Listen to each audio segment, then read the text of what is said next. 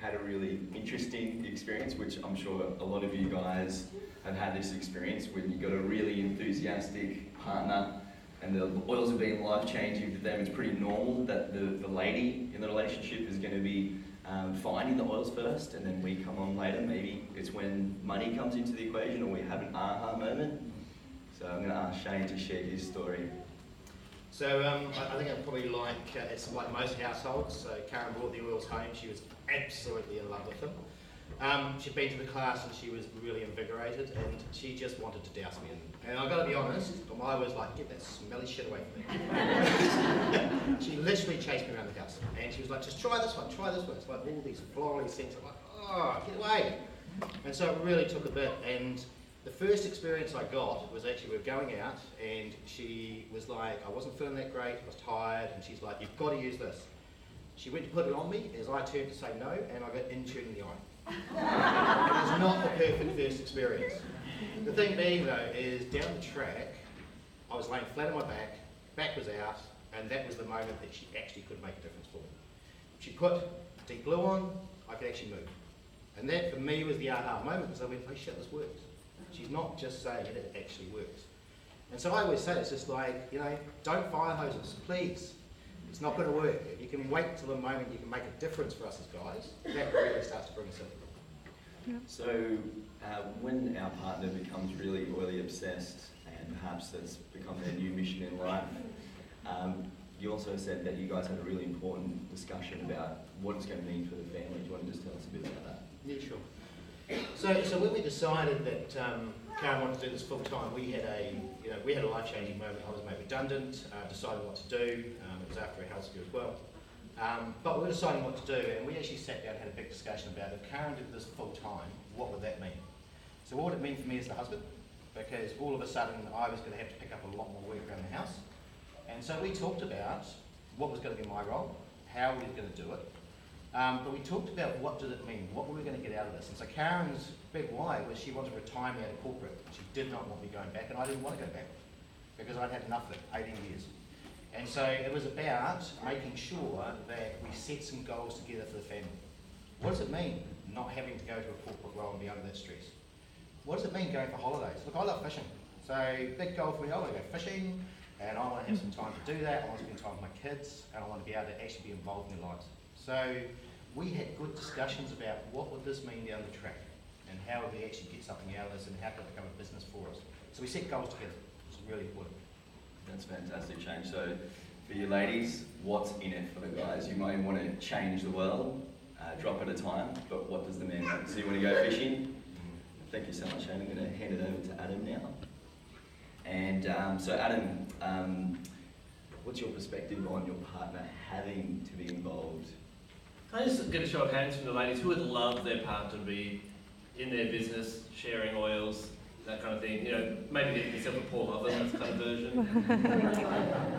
Put your hand up if you're married to Paul Ovens. I think it's really important to, you know, it's the same as when we have a wellness advocate that, you know, they've got some great potential and we'd love them to do this and we'd love them to do that and all these different things. We have these hopes and dreams for them, but they don't live up to that. And I think sometimes we approach in our partner what we'd love our partner to do. And what Shane was saying, I think that's really important to sit down and work out what do they want to do. Maybe they want to work in the business, maybe they just want to leave their full-time job and they prefer to do something else. And how can they support you? And make sure that your dreams align with their dreams as well. They don't necessarily have to do the business with you. There are plenty of women out here that we see at Presidential Diamond and all the high ranks that don't have that husband there. And although you may want that, make sure that that really aligns with your partner. So it's really important to have a conversation with them about that. And that's what Jonathan and I had to do. We had lots of, you know, discussions and arguments and all these different, you know, trying to work out what was going to happen. And just be aware that when a man or anyone leaves their full-time job, it's kind of like when a man, maybe you've seen with your father retiring. What are they meant to do with their life now? They've lost their purpose. If they're not going to do the business, what are they going to do? Fishing's great. But I don't know, I'm not into fishing, but I don't know if you can fish every day forevermore. So make sure that you have that plan together. So post getting them out of work, if that's the dream, what are they going to do? and not what do you want them to do, because filling up sample vials may not be too fulfilling. Maybe they want to present classes, maybe they want to, do monitoring, maybe they don't. But maybe they're just going to help around the house more, and that's how they're going to support you. And every relationship is going to be different. They're not all going to be the same. So just be clear on that your goal aligns with your partner's. I think that's really important. That's awesome. Thanks so much, Adam. Thanks, Jess. So I'm going to pass the mic over to Mark now. So Mark had a kind of a similar story to what Adam is talking about, where he needed to find his groove, and indeed he has found it. You guys may have seen some of the Diffused episodes on YouTube, interviewing some of the men in doTERRA. Really good to check out, and also to show your man that's coming on board as well, just to get different perspectives. So for you, Mark, finding your groove, you wanted to tell us a bit? Yeah, look, what Adam was saying just really resonated with me. For me personally, I retired 2 years ago from my job, and I thought this was such a gift to my life. I'm so ready to journey into this path.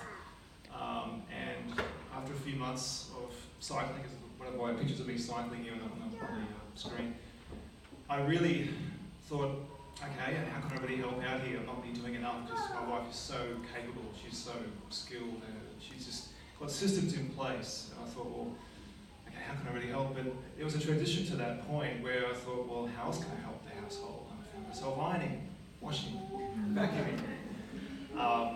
I was making the kids' beds every morning. I thought, this is great, I'm helping, but you're not really helping in the way that they want. My wife looked at me after a couple of months of this, and I was quite down, I was quite depressed. I felt lost. I just felt like this is not really what I had planned for this retirement of mine. Even though I was so grateful for where I was and the gift of this life, I was quite down. So I had this open chat with Jodie, and Jodie's like, Jodie said to me, I'd rather pay someone to do the ironing than you stand there. Because we've got a really small house, and so I was ironing right in front of Jodie's office desk space. And so she's looked at me going, look, I would rather you someone else do this than stand there and watch my husband iron. Fair enough. So we talked in open conversation about having the strengths and finding the strengths and the skill set that I can help. I mean, I'm a qualified teacher, so I like to think I can communicate well. So I really wanted to expand on those strengths and help in any way I could. So that's where that sort of came from. So now I do weekly webinars, I do a bit of mentoring, I do anything I can in the business sense to help. Not ironing or washing and folding so much. I do a little bit of that still because it all helps. But in terms of where I can help Jodie, I need to be aware of that and step into that and find my purpose. So every guy has to find their purpose in their business and find where they can help their partner. Yeah. Fantastic, thanks, Mark. Handing over to Ben, he's got really valid points about these two key values that you look for in a partner. And partnering in doTERRA, when you think about it, these 2 points, I'm going to flash up now, I'm not going to steal your thunder, mate. Ready? Here they are. So, yeah, thank you. So I think, I like to think there's 4 pillars to a strong business, strong network marketing business that we're in. But I want to focus on 2 today. So if you think about someone you want to invite into your team, who you want to partner with to share the oils or build with or have in your team, you want someone who believes in the oils. That I really think. So does your partner or your husband believe in the oils? So how do you help them believe in the oils? You encourage them to have an aha moment. You use the oils in the home. Try to use some masculine oils. So maybe stay away from your nerolies, your rose, your jasmines, your florals, your Roman camelliles. Maybe put some woods on, the firs, frankincense is a great one. Diffuse that in the home. Put some cedarwood on their big toe, just to encourage them that they might then start to embrace the oils, because that's who you want in your business. Second of all is belief in the company. So doTERRA is amazing, isn't it? But how do you convey that? Because you may come to this event, you may go to convention, and you come home and your cup is full. They've been home, maybe looking after your kids, doing something else, and you have a disconnect. It's hard. So how do you bring that belief in the company across to your partner to get them? Because that's the people you want in your business. You want them to believe in the company. So you need to think of ways to encourage them to come to events, and work out that if you have children, work out a way to get them looked after and really get your partner here. And I want to applaud the men that are here. Some of them may have been dragged along, but you're here and you're learning. And already some of them, in a day and a half, they've changed. They want to be involved. So it's very powerful. The second part of that, and that leads on nicely from there, is you want to be supporters of your partner. So when I kind of got involved, I started attending events. We were diamond. So a diamond is a big deal, isn't it? So you get treated like a diamond. So I probably said stuff early days in group settings which was like a manager talking or an executive because I didn't know. But Hayley didn't correct me or talk over me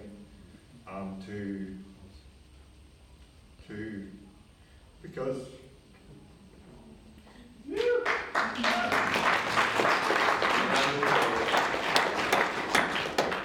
you can quickly lose your self-worth because you're used to being a provider, or you lose what you do day to day. And men have egos that are quite fragile, most of us. So if you knock that down, it's hard for them to show back up.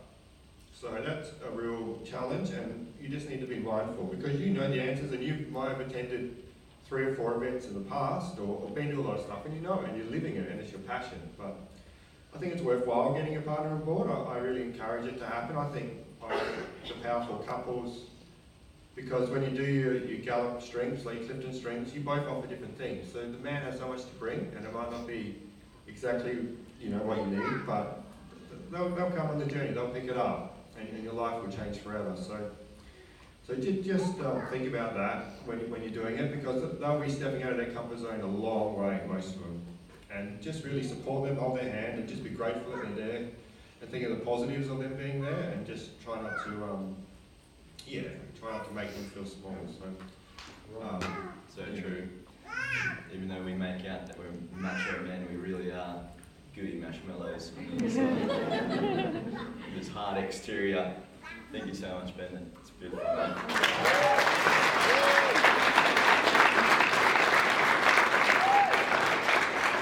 So bearing in mind we don't have a lot of time together this morning, we're going to possibly do something online, the 5 of us, just so you guys have more time for Q&A and things. But I'm going to open it up to Mark and Adam now. So starting off with Mark, how to encourage your partner to come along to a doTERRA event, because believe it or not, we actually planned and thought about this. Being men, we do like to plan things, right? So we had a Zoom together and we thought, what's the best way to encourage your partner to get on board? And there was a common thing that all of us were saying, and that is getting your partner along to a doTERRA event. So Mark's just going to share how you can encourage that to happen. Yeah, thanks, Byron. Basically, the first thing you need to do is to ask. Have the courage to ask. A lot of partners wouldn't have the courage to ask their man or their partner to come to an event, and I think, as Ben said, many of you are here for the first time. My first convention 6 years ago just blew my mind. My wife brought me up here to the Gold Coast, and I was just completely transformed. So get them to an event, of course, but with belief in doTERRA and all the rest of it, it's really, think of your partner as someone like, I've been thinking about this recently, it's like coin-pack sourcing. Coin-pack sourcing, doTERRA is looking for that country, that community, that place which has certain qualities, certain attributes, certain gifts to share with the world, to serve the world. Okay, that's why we go to these far-flung places and we find these oils. You're looking for that same thing in your business. You're looking for a partner who can bring those qualities, those gifts to your business. doTERRA is looking for that too. I think we need more men in this business. I think Eric Warren said the other day, 77% or 74% of people doing network marketing are women. So where are the men? What are they doing? Why can't men do it? We can certainly be of assistance. We can certainly bring our gifts, our skill set, our attributes, our qualities. We can serve our business with our partner. We can serve the greater community, just as women can do. This was kind of mentioned earlier that to think of it this way, to get your partner on board, get them to an event, but also you're interviewing them in terms of, are they suitable? But then they're going to be interviewing the ownership of the company. They're going to be interviewing into an event, they'll see the owners, they'll meet them, they'll get a sense of the integrity. So just the battle to get them to an event is the main thing. Once they're there, they will see, they will be transformed, and they will be on board. Okay, but in that process, you're going to treat them like a doTERRA builder. It's like you're going to be sort of bring them along, and there's no expectations or pressure, but you want to get them to their event, see what they think of the company, just like you would with a builder. Okay. Awesome. True. Thanks, Adam. So Adam's going to talk a bit about belief in doTERRA. I just want to also touch on the interviewing your partner as if you were partnering with them in doTERRA, someone you're enrolling, right? Just realise that the oils are a very powerful catalyst for change. So use the oils, encourage your partner to use the oils and lead by example. You can never force anybody to do anything apart from controlling your own thoughts and actions. So lead by example, they will follow. I think people are drawn to or believe in doTERRA for different aspects. doTERRA is great for many different reasons. Some love it because of the healing properties of the oils. Some love it because of the co-impact sourcing and the difference it makes around the world. Other people love it for the financial or even the freedom that it creates as well. Who's familiar with love languages? Heard of that? And I guess it's the same with doTERRA languages. Which doTERRA language is going to help the belief for your partner? You may love it because it heals your family, but for a partner, maybe it's the financial side of it that could be quite inspiring. So talk to them from that aspect, and I think that can really create the belief in doTERRA as well. Like the other guys have said as well, you having that belief, let your light shine so brightly that eventually resistance, they'll just want to come in and see why you're shining so brightly. There'll be that curiosity in that type of thing. So instead of trying to convince someone, I think shine brightly and show your belief wholeheartedly, and that will kind of work really well for you. That's awesome. So we also did find that there was a common theme as well with the men, that it's the money, right? And quite often what will happen is the woman will get to a certain rank and they'll probably be earning more than their husband, and they're like, hang on, these oils have got some sort of financial backing, because as men, our sole purpose is to be the protector of our family, the provider for our family. And yeah, there's some pride in that. So we want to make sure that our family is looked after, and often it is the dollars that talk. So what do you feel, Ben, that could get that message across for that financial opportunity and making men believe in that? Yeah, so I think a good tool to have in our home is a vision board or something like that, or some stuff up. So I think something that worked well in our home was to have the compensation plan or the average earnings on a wall somewhere. So in an area where you can see it every time you walk past, and then the numbers just, maybe not at the back of the toilet door, but you know, that type of effect, where you just have it somewhere, and eventually after a few months they're like, okay, then, because they'll hear the language, they'll hear diamonds, blue diamonds, presidential, gold, you know, all the different ranks, and eventually it'll start to, you know, click that this is legitimate. And if you have belief in network marketing and your belief is greater than theirs, that they think it's not something that's legitimate, then eventually you will win. And it's just a matter of, and the money will start coming in. And as we all know, we get underpaid for a long amount of time in network marketing at the start. You really have to put in a lot of hours, and certainly a conversation I know I had with Hayley was, you know, you earned $70 this month, and you worked, 80 hours a week. Like, it's not really adding up. This is a selfish hobby you've got, and it's not really serving the family. But I didn't have the vision at that stage, the long term, to understand what it is, because I didn't have belief in network marketing, what it could be. So I think if you have those, and you don't have to tell them, but just having it up, and it just goes in the subconscious in a sense. I'm just going to add one thing on the end here. So I just actually want to put a call out to the guys that are out here that actually attended, and just say, look, briefly, I know we're coming to time. Yeah. But one of the things, I'm out doing classes now, I do wellness consults, and the reason I'm bringing this up is because I struggled with this as a guy. So when you step into the business, if you decide to come in, it's okay to step right in. You know, I really struggled with this at the beginning. I was like, well, what are women going to want me in a class for? They're not going to feel comfortable to talk. They're not going to want to bring up the things that I bring up with my wife, that I wouldn't get to see that stuff, right? Because they're going to be uncomfortable. The enlightening thing was they love it. They love having us there. It adds value to them. Yes. And they do. They love having us in there. And as long as you're comfortable and authentic, and you can handle some of the conversations, because some of them do go a bit, I've got a couple of daughters, so I can handle most, but a couple do get that way. But as long as you can be authentic and be there for those women in the room, they love having you there. So if you want to step in and do classes and do consults, do it. It's all in your head, and that's what I had to get over my head. I had to step through my barriers to start it. Once I have, I really enjoy it now. Yeah. So just call out, guys. It's okay.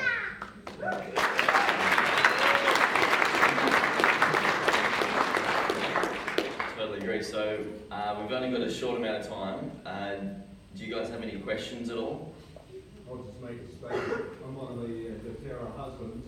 A while ago, there was a class called for in Singapore, but none of our team could make it. And so I volunteered. I hopped on the plane. And the class I did was pregnancy, birth and baby.